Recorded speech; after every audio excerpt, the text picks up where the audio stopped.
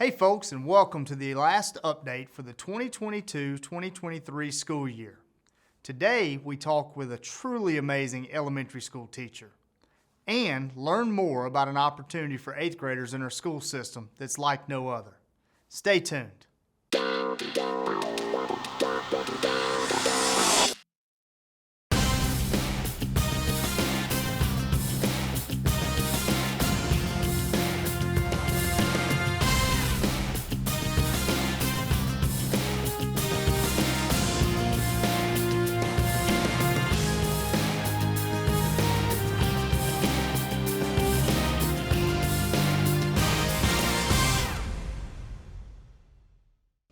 The Coweta County School System held its 2023 Teacher of the Year program in June.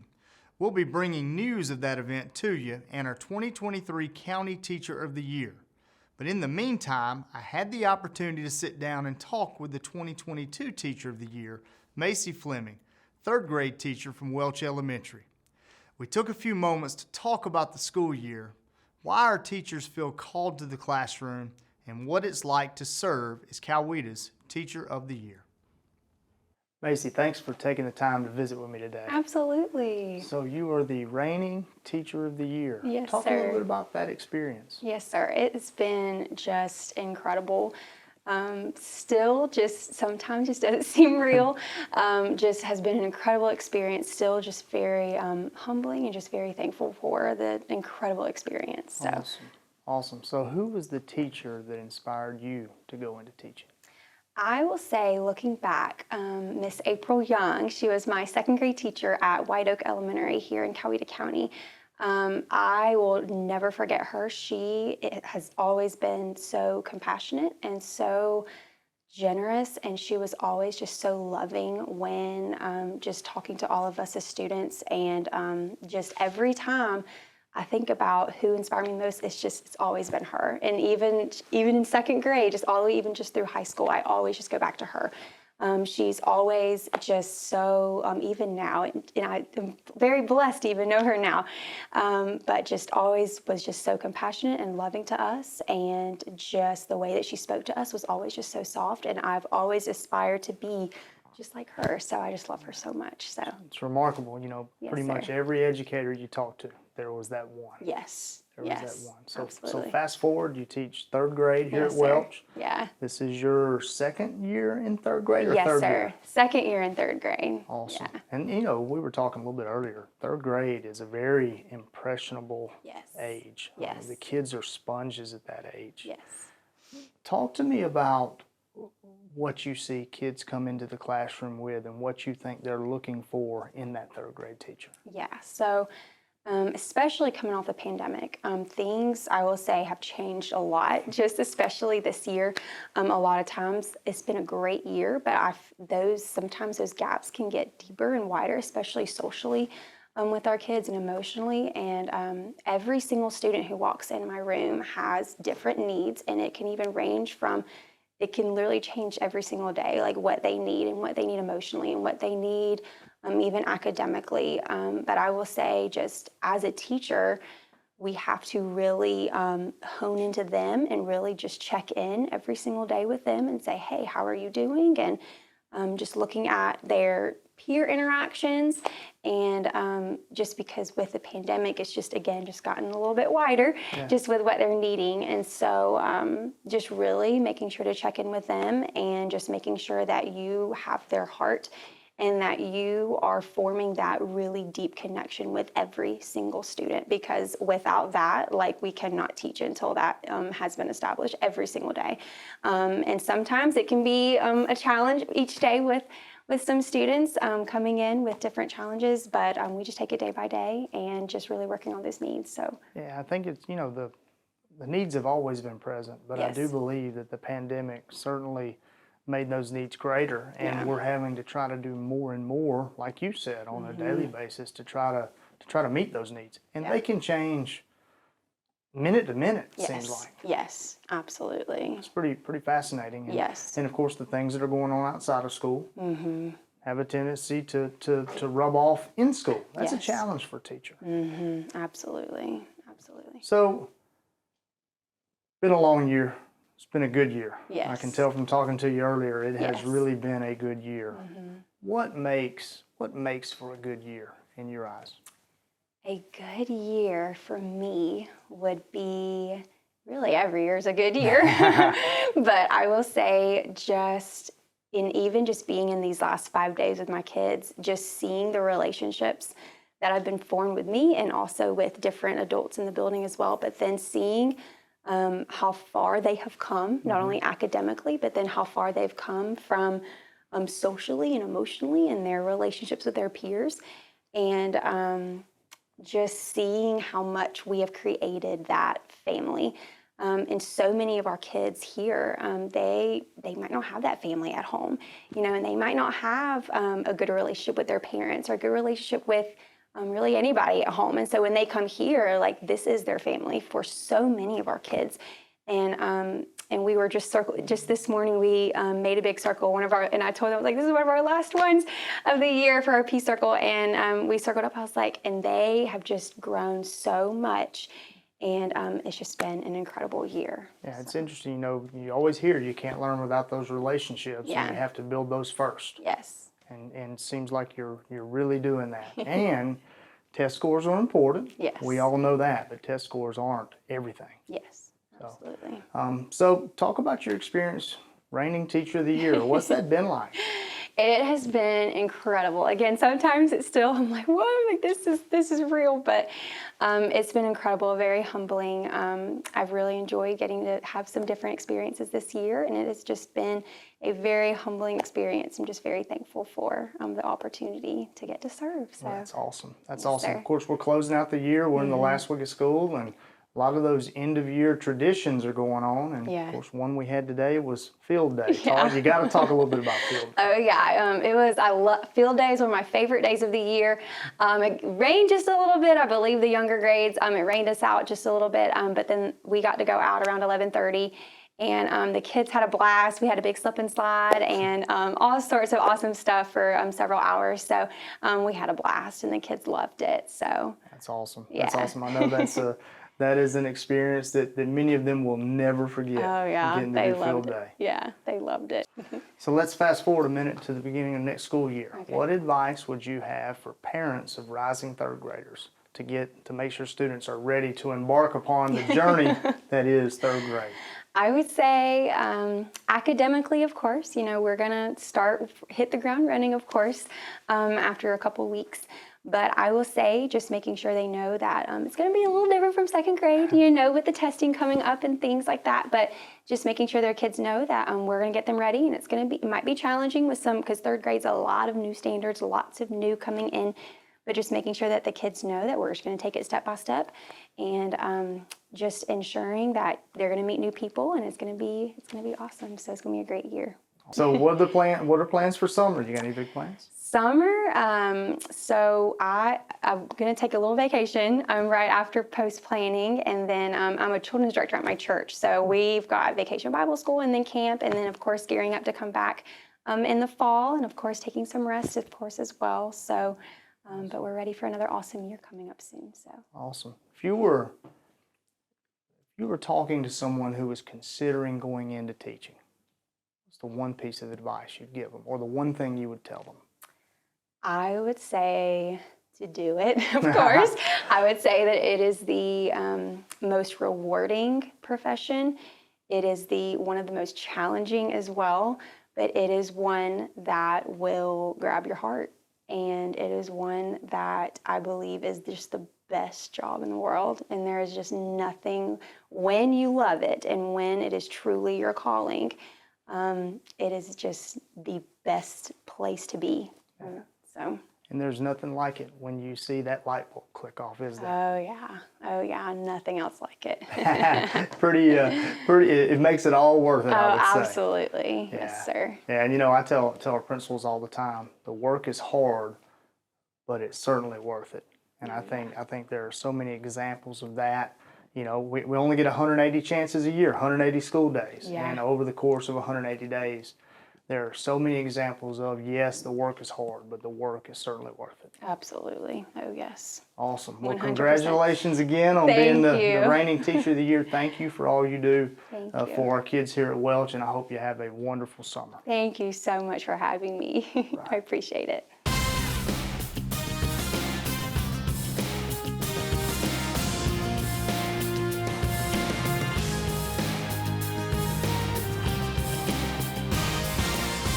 For more than a decade now, the Coweta County school system has made it easy for students at younger ages to get a jump start on a career. Each year, a select group of students enroll in the 8th grade Charter and Career Academy at the Central Educational Center. It's the only middle school program of its kind in the state, and it gives our 8th graders opportunities to explore career opportunities and even get a jump start on college if they choose. Mr. Whitlock, Ms. Bailey, thanks for being with us today. Guys, we recently had a pretty big event in the Central Educational Center's year. We had Central Educational Center and West Georgia Technical College's dual enrollment graduation last Wednesday. Mark, tell me a little bit about how the night went. It was a great night. Great night. 23rd annual, something started by the very first commissioner of the Technical College System of Georgia, wanted Coweta to be the place to pilot that particular ceremony. Now copied all over the state. The night was great. We had lots of students who received technical certificates of credit before they finish high school. A number of them will walk in high school graduations this week, and then they'll start full-time work in jobs that have been waiting for them next week. Wow, and Christy, tell me a little bit about what that night is like for you. I know you see a lot of these kids when they come in as 8th graders. We're gonna get to that in a minute, but tell me what that night was like. It was wonderful, especially some of my former students walking across stage to receive certifications prior to graduating high school, and just knowing that they will be able to take those credentials and go out into the workforce and have gainful employment was a wonderful, wonderful thing, opportunity for me to witness. Awesome. And we're sitting here in an 8th grade academy classroom, and I see on the board back there, opening the door to your career. We start that really early in the Coweta County school system, and that is something that, just quite frankly, a lot of kids around the state don't have the opportunity to experience an 8th grade academy like this.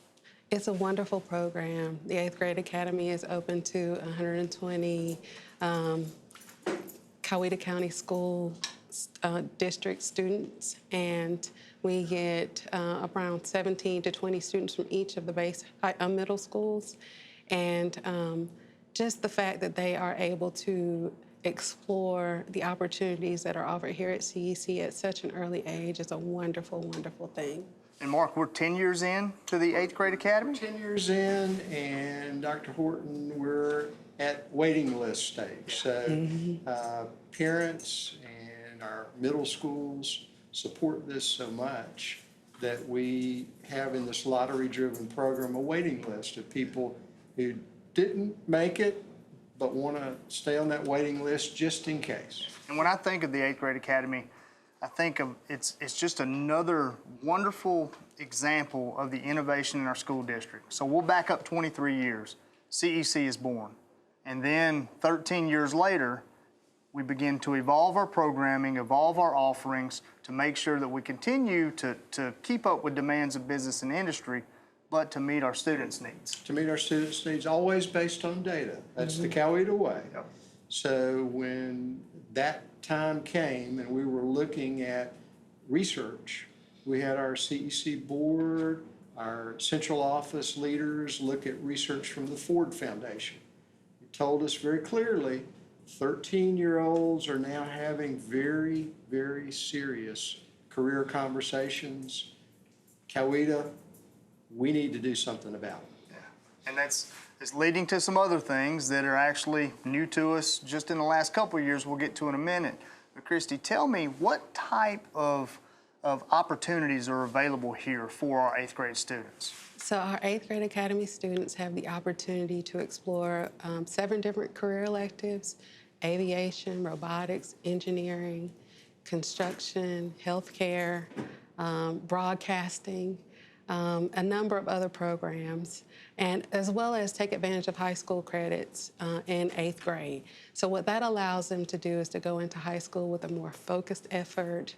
If they discover an aptitude in 8th grade, they can explore it further in high school. And it's wonderful to see our kids really flourish at such a young age and go into high school with a more focused effort and find success in the end, and they're participating in dual enrollment graduation just down the road. And there are some examples behind the camera in this room of kids that found their niche, something they were interested in, and now they're working behind the camera producing this show and many others. You mentioned earning high school credits in 8th grade, and that's a place I want to camp out. Talk a little bit about some of those opportunities for them. Okay, so our 8th graders have the opportunity to go ahead and take civics. They can take an introduction to healthcare class that gives them high school credit. They also have health and personal fitness that they can go ahead and take online. And there are also opportunities to be invited into some of the other high school classes if there's space available, like aviation.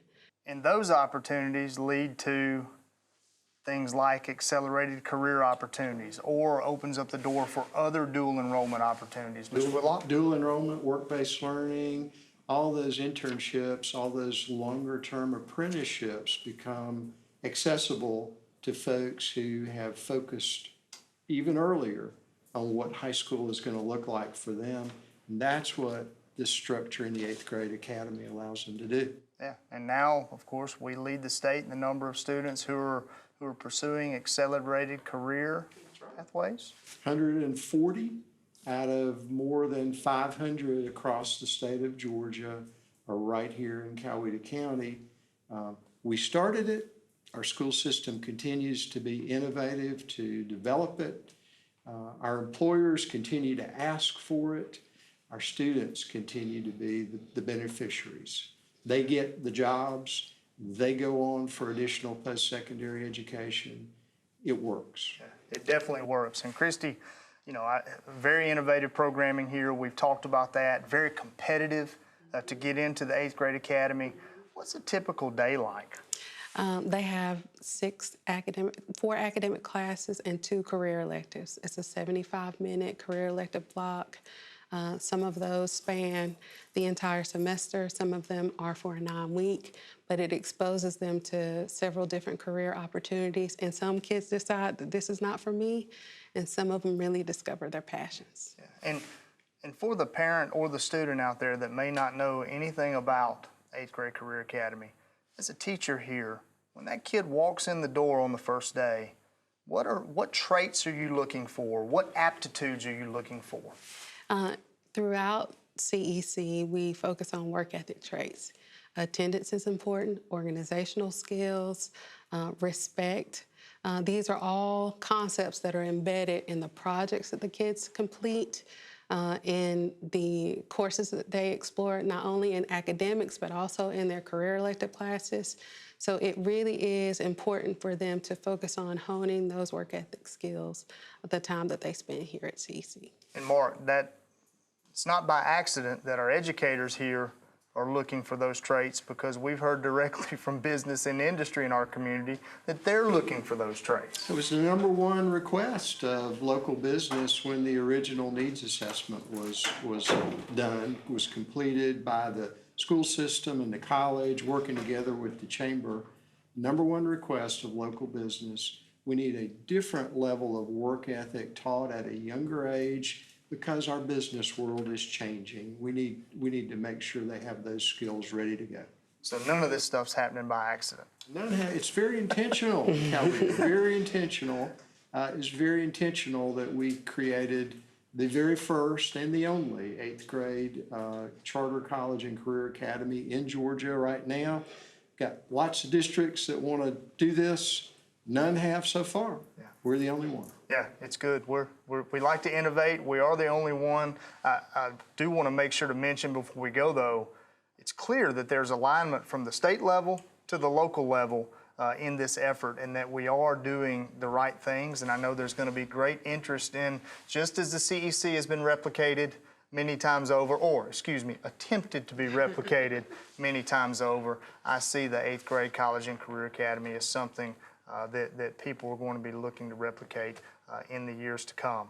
Can't let you go without saying thank you guys both for what you do. Thank you for pouring into our students and helping them to find as early as possible their interest. And that's what it's all about. If we can get them plugged in to where they want to be, they can be successful. And if we can help them to be as successful as early as possible, everybody benefits. So thank you for what you do. Thank you. Thank you.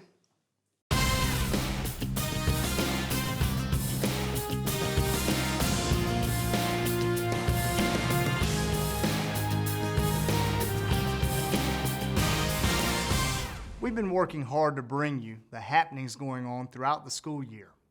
These editions of the update bring you in-depth content that will help explain why we do what we do.